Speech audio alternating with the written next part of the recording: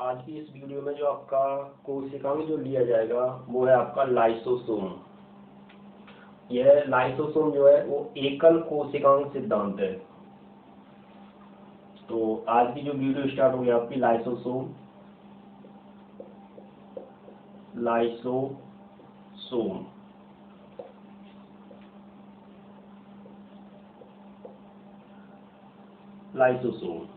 तो सबसे पहले समझें आप जो लाइसोसोम है वो सदैव आपका यूकैरियोटिक या संकेंद्रीय कोशिकाओं में ही पाया जाता है, ना कि आपकी प्रोकैरियोटिक। आप कह सकते हो कि जो आपकी यूकैरियोटिक कोशिकाएं होती हैं उन्हीं में ही सिर्फ आपका लाइसोसोम पाया जाता है। प्रोकैरियोटिक कोशिका जैसे जीवाणुओं में ये अनुपस्थित होगा। अब लाइसोसोम जो है इसके अन्य कई नाम हैं। इसे पाचक ग्रंथि कहते हैं, पाचक ग्रंथि। दूसरा इसका नाम है आत्मघाती थैलियां, आत्मघाती थैलियां। आत्मघाती थैलियां क्यों कहते हैं वो मैं आगे आपको वीडियो में बताऊंगा। तो अभी तो आप इसके नाम देख लीजिए। इसे पाचक ग्रंथि या आत्मघाती थैलियां कहते हैं और इसमें लगभग आपके 50 प्रकार के हाइड्रोलेज एंजाइम्स की उपस्थिति होती है। अर्थात ये कह सकते हो लाइसोसोम में लगभग 50 प्रकार के हाइड्रोलेज एंजाइम या पाचक एंजाइम्स भरे हुए होते हैं। अब ये जो आपका लाइसोसोम है वो आपका यूकैरियोटिक सेल्स में उपस्थित होते हैं। सबसे मेन बात है कि ये सिर्फ आपके यूकैरियोटिक सेल्स में उपस्थित होंगे और इसकी जो खोज का जो श्रेय जाता है वो आपका डी या इसे कह सकते हैं DUVE। किताब में ड्यू लिखा है और इसे कभी कभार उच्चारण में डी डोबे भी कह दिया जाता है। तो इसका खोज और नामकरण जो किया था वो डी डोबे नामक वैज्ञानिक के द्वारा 1955 में किया गया। लाइसोसोम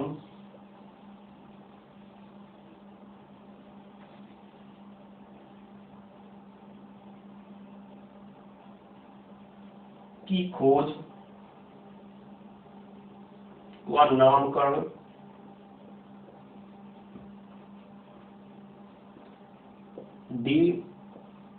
ड्यू को लिखा जाता है इंग्लिश में DUVE, इसलिए इसे डोबे भी कह देते हैं। कई किताब में डी डोबे है। ड्यू 1955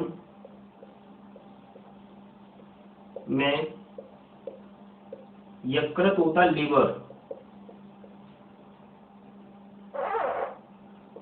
लेबर कोशिकाओं में की गई। तो दो पॉइंट आप पढ़ लीजिए। पहला पॉइंट है आपका यूकैरियोटिक सेल्स में इनकी उपस्थिति पाई जाती है लाइसोसोम की। दूसरा पॉइंट है कि लाइसोसोम की जो खोज डिस्कवर और आपका नोमेनक्लेचर नामकरण जो किया था वो डी डोबे ने 1955 में यकृत कोशिकाओं में किया था।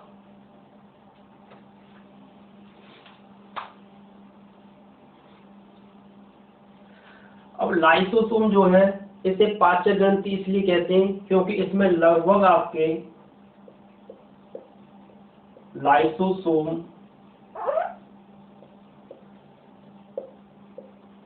में लगभग 50 प्रकार के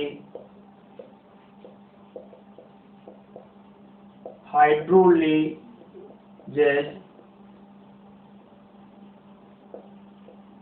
एंजाइम्स भरे होते हैं।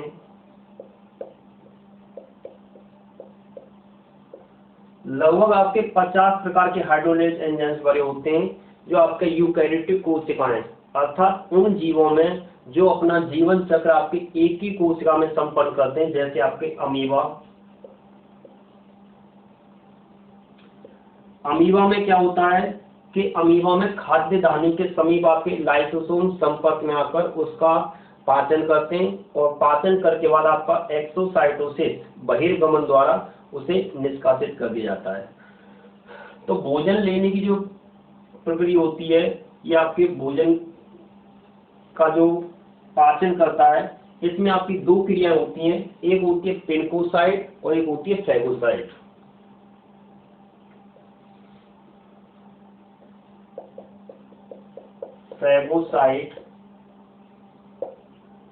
फैगोसाइट में हमेशा ठोस अवयव या ठोस भोज्य पदार्थों का अंतर्ग्रहण किया जाता है। इसमें प्योर लिक्विड ठोस नहीं होंगे, आपके अर्ध ठोस होते हैं। अर्ध ठोस भोज्य पदार्थों का अंतर्ग्रहण किया जाता है। दूसरा है, ये तो पहला हो गया फैगोसाइट, दूसरा आपका पिनकोसाइट।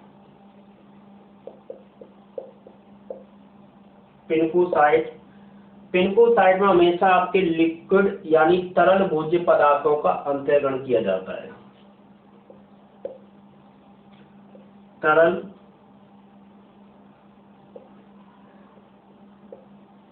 भोज्य पदार्थों का अंतर्ग्रहण किया जाता है। फैगोसाइट में आपके अर्ध ठोस और पिनकोसाइट में आपके तरल भोज्य पदार्थों का अंतर्ग्रहण किया जाता है। 50 प्रकार के लगभग हाइड्रोलाइज एंजाइम्स होते हैं और इन एंजाइम के अतिरिक्त इसमें लाइपेज, प्रोटीएज, कार्बोहाइड्रेट। नंबर 3, इसके अतिरिक्त इसमें लाइपेज, प्रोटीएज, राइबोन्यूक्लिएज,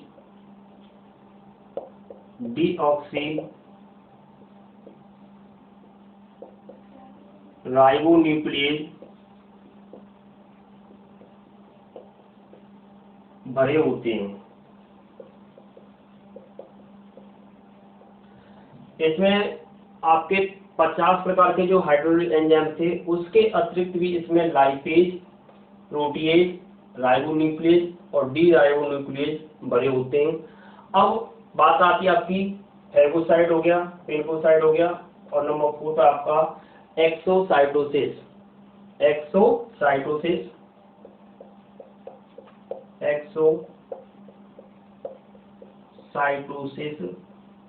इसे हिंदी में बोलते हैं बहिर्गमन। पचित भोज्य पदार्थ को झिल्ली के द्वारा बाहर त्यागना। पचित भोज्य पदार्थ या कह सकते अपशिष्ट पदार्थ को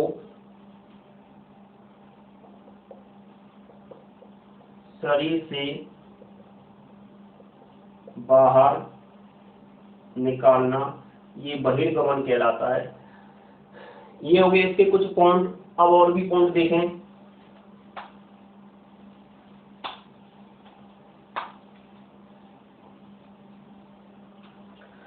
लाइसोसोम जो होते हैं वो दो प्रकार के होते हैं। पहला है आपका प्राथमिक लाइसोसोम और दूसरा है आपका द्वितीयक लाइसोसोम।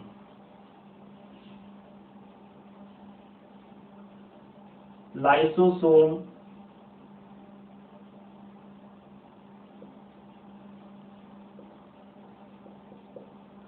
दो प्रकार के होते हैं। पहला है प्राथमिक लाइसोसोम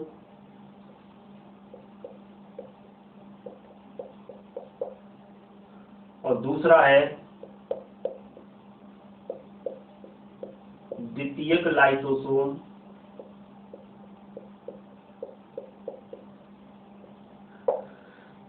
प्राथमिक लाइसोसोम जो होते हैं उनका निर्माण तो आपकी कोशिकाओं में होता है, अर्थात कोशिका में आपके नवजात पाचक एंजाइम्स भरे होते हैं, इसके अंतर्गत होता है। जबकि इसमें लिख दीजिए, इसमें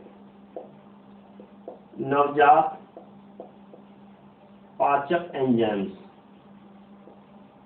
भरे होते हैं। जबकि द्वितीयक लाइसोसोम जो है आपका, वो आपकी जीव द्रव कला से आपके बच्चकाणु क्रिया द्वारा बनते हैं। जीव द्रव्य कला द्वारा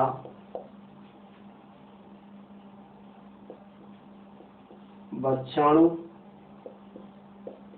क्रिया द्वारा बनते हैं। अभी तक आपने लाइसोसोम में ये पढ़ा था कि आपके लाइसोसोम को पाचक ग्रंथि आत्मघाती थैली कहते हैं। डिडोवेनेस की खोज की थी। इसमें आपके पिनकोसाइट आपके तरल को ग्रहण करेगा अर्थात लिक्विड को ग्रहण करेगा। फैगोसाइट आपका अर्ध ठोसों को ग्रहण करता है भोजन के रूप में। एक्सोसाइटोस के अंतर्गत क्या है, इस कोशिका से बाहर निकाल दिया जाता है। लाइसोसोम दो प्रकार के होते हैं। प्राथमिक लाइसोसोम नवजात एंजाइम से भरे होते हैं, पाचक एंजाइम से। द्वितीय लाइसोसोम आपका जीव द्रव कला में महाबच्चाणु क्रिया जब होती है उसके दौरान बनते हैं। अब बात आती है कि जो लाइसोसोम जो है वो आपके, ये जो लाइसोसोम है, जब लाइसोसोम आपके किसी भी एक कोशिकीय ऑर्गेनिज्म अर्थात एक कोश के जीव, आपके अमीबा हो गया, पैरामीशियम हो गया, यूग्लिना हो गया, तो इसमें जब आपके ये बनते हैं तो इसमें हाइड्रोलेज एंजाइम क्या करते हैं कि जटिल कार्बनिक अवयवों को या जटिल कार्बनिक यौगिकों को आपके सरल कार्बनिक यौगिकों में परिवर्तित करते हैं और उसका स्वांगीकरण जो होता है वो कोशिका में हो जाता है, जिससे आपकी कोशिका में विलय हो जाता है और आपकी जो अवशिष्ट पदार्थ होता है वो एक्सोसाइटोसिस के अंतर्गत क्या है, बाहर निकल जाएगा। तो ये लाइसोसोम के फीचर्स हो गए। अब बात आती है कि लाइसोसोम के कार्य, फंक्शन ऑफ लाइसोसोम।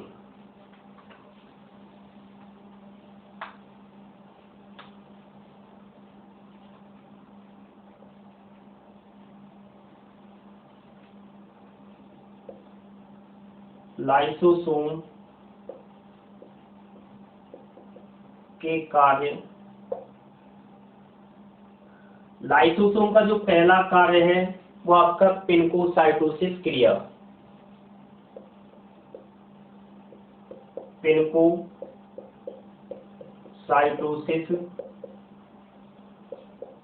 क्रिया। पिनकोसाइटोसिस क्रिया पहले समझाई थी कि जब कोई भी जीव आपके या कोई भी एक कोश के या यूकैरियोटिक जीव आपके तरल भोज्य पदार्थ के रूप में ग्रहण करता है वो पिनकोसाइटिस क्रिया कहलाती है। उसमें सहायक दूसरा है फैगोसाइटोसिस,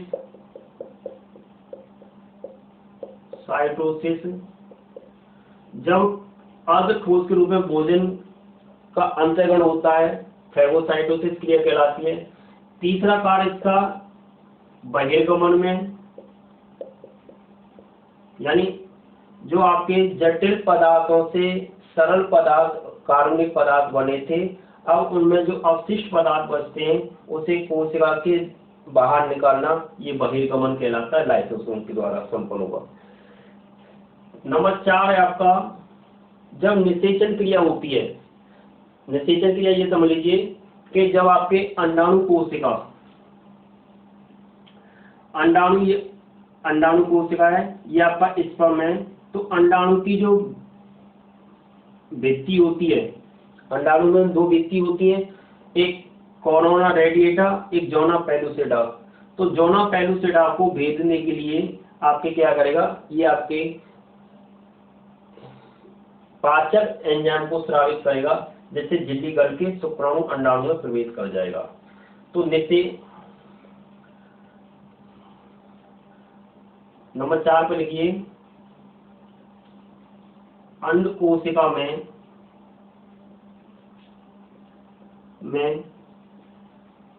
प्रवेश हेतु। नंबर 5 में आप ये कह सकते हो कि गुणसूत्रों को पृथक करना, जब आपके माइटोसिस और मियोसिस समसूत्री व असूत्री विभाजन होता है तो गुणसूत्रों को पृथक पृथक करके ध्रुवों पर या पोलों पर भेजना। गुणसूत्रों का पृथक करना ये लाइसोसोम का कार्य होता है। अब बात आती है कि कोशिका विभाजन में भी ये सहायक होता है। कोशिका विभाजन में भी सहायक होता है। कोशिका विभाजन में सहायक होता है। अब लास्ट में नोट करके डाल दीजिए, आपने इतना पढ़ा कि लाइसोसोम का निर्माण किसके द्वारा होता है।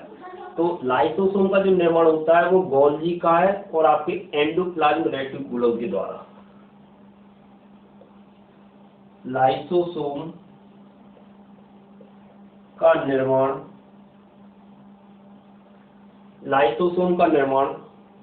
गोल्जी बॉडी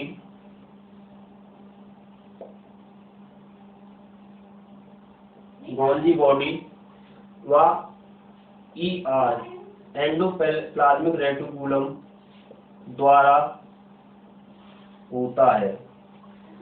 लाइसोसोम का निर्माण जो है वो गोल्जी बॉडी और लाइसोसोम के द्वारा होता है। तो ये आपका जो कोशिका दिया था वो लाइसोसोम। अब कुछ और कोशिकाओं की जैसी संरचना रह चुकी है आपकी स्टेरियोसोम, ग्लाइऑक्सिसोम और परऑक्सिसोम। ये तीनों ही आपके अगली नेक्स्ट वीडियो में आएंगी।